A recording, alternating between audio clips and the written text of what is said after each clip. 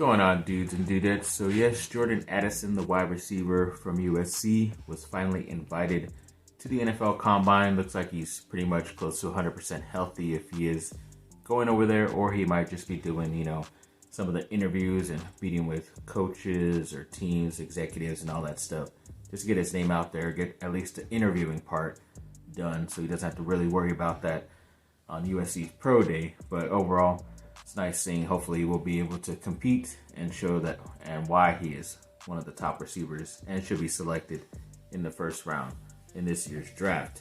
Then when it comes to DeMar DeRozan, the ex-USC great player, he was recently named to his 6th All-Star the other day, which is nice. He was named to the All-Star reserves on the East side, so definitely well-deserved. Definitely one of the better players on his team.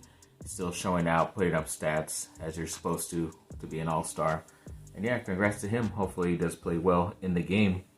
And then Amon-Ra St. Brown, the second-year wideout out of USC, is with the Detroit Lions. He participated in the Pro Bowl weekend where they were doing like a best catch competition, something like that. It's something they've added over the past couple years. Usually receivers are involved. And he was able to make some of these crazy acrobatic jumping off a trampoline plays or catches, whatever you want to call them, and ended up winning total points wise the best catch award. So that's pretty cool for him. Only a second guy out of USC and still, getting his name out there and proving why he's still a really good, talented dude. And I just hope he still continues to show it because he is in a nice spot up there in Detroit.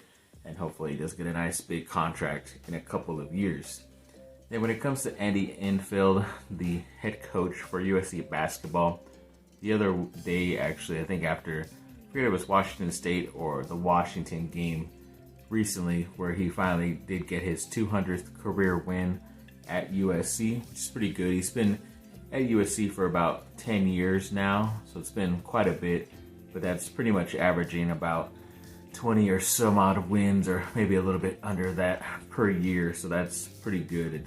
He's definitely brought up USC basketball a lot higher than where it was once he first got here. So definitely very happy he is the coach as of right now. But speaking of some of those 200 wins, yes, the other day they did play against Washington State and ended up getting that victory 80-70.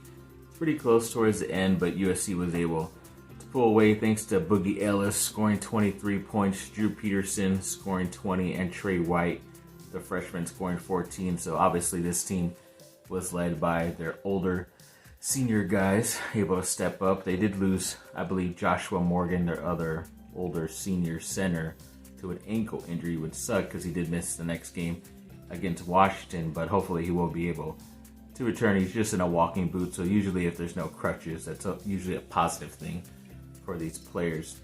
Speaking of that Washington game, yes, they played a couple days later and were able to get that victory 80-74. So 80 seems to be the number against those Washington teams. So they were able to sweep the Washington teams this time. I believe last time they played them recently, they went 1-1. So it's nice to go 2-0. Trey White, the freshman, once again scores his new career high, 22 points. That was nice to see. Kobe Johnson, the true sophomore, ended up scoring 21. I believe that is a new career high for him also. And then Boogie Ellis, senior, ended up with 14 points as well. So once again, these guys were led by two young guys now instead of the older veteran seniors. So that was nice to see. Definitely pretty interesting team going into the tournament in the next month or so. I want to see how they do in the Pac-12 tournament also, just to see what these guys can do and who else ends up stepping up instead of just the main guys having to rely on the senior guys like Boogie Ellis or Drew Peterson. So it's good that White and Johnson are stepping up, and hopefully a couple other guys can as well.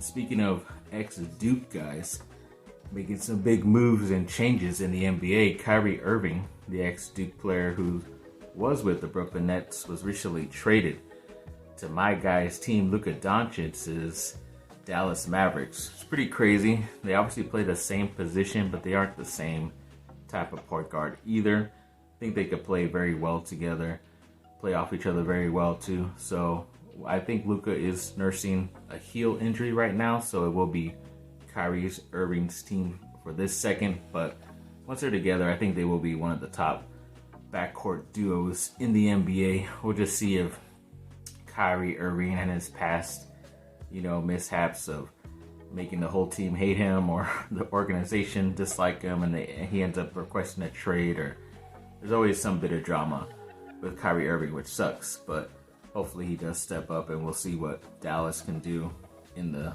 future in the playoffs, so it could be very interesting. And when it comes to Duke, yes, they had a really big time game against their arch nemesis rival North Carolina, and they were playing at home at Duke, so that was a little bit of a positive upgrade. But yes, Duke was able to get this victory in a pretty low scoring game, 63-57. It was pretty much close, like 2 or 3 minutes left. They were pretty much tied at 57, and then Duke was able to score those 6 points or so at the end, whether it was free throws or nice plays here and there.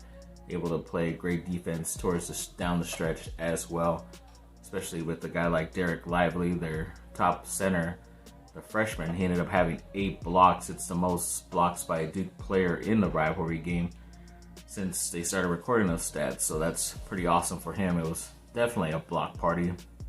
Duke did almost lose Kyle Filipowski as well. He went down pretty hard when he tried to make a block on one of those plays, but luckily he did look like he was okay. He was able to finish the game. And yeah, Jeremy Roach and Tyrese Proctor, your 2 guards, ended up stepping up. I definitely like that a lot because obviously Roach, the junior, and Proctor, the senior, the freshman, who should actually still be a senior in high school right now, but he is stepping up and making some big plays. He did a lot of good stuff. He's definitely changing my tune about him. But yes, once again, Roach making timely layups and good plays down the stretch. So I was definitely very happy and excited about this outcome, and hopefully they can continue. I know tonight they get a pretty good team in Miami, who's one of the top teams in the ACC record-wise, according to their ACC record. So it's going to be a big-time game, especially because they will be on the road in Miami. So we will see. Definitely looking forward to that. And when it comes to the Lakers, yes, they played the other day and were playing in Indiana and somehow got that victory, 112-111. It was very last second. They were down by quite a bit of points as well around halftime, but they were able to come back. I think even Anthony Davis made the game-winning score with like 35 seconds left, and they had to play defense twice, but I think he had a block at some point, or there was a block in one of those last plays for Indiana, and then Anthony Davis did get that final game-sealing rebound as well. So yeah, overall it was a nice victory. Anthony Davis did step up with 31 points, 14 rebounds, and I think 2 blocks in total. LeBron James had 26 points, 7 rebounds, and 7 assists. So yes, they are stepping up. They did lose their next game. I forget who they played.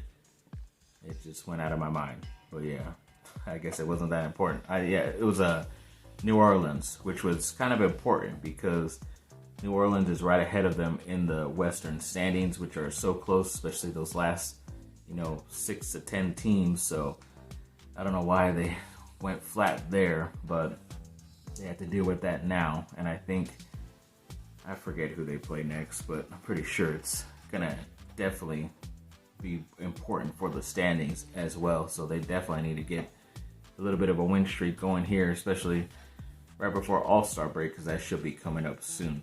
So we'll see. So yeah, thanks for watching, people. Like, subscribe, comment down below. Let me know what y'all think. Have a good rest of your day. Bye.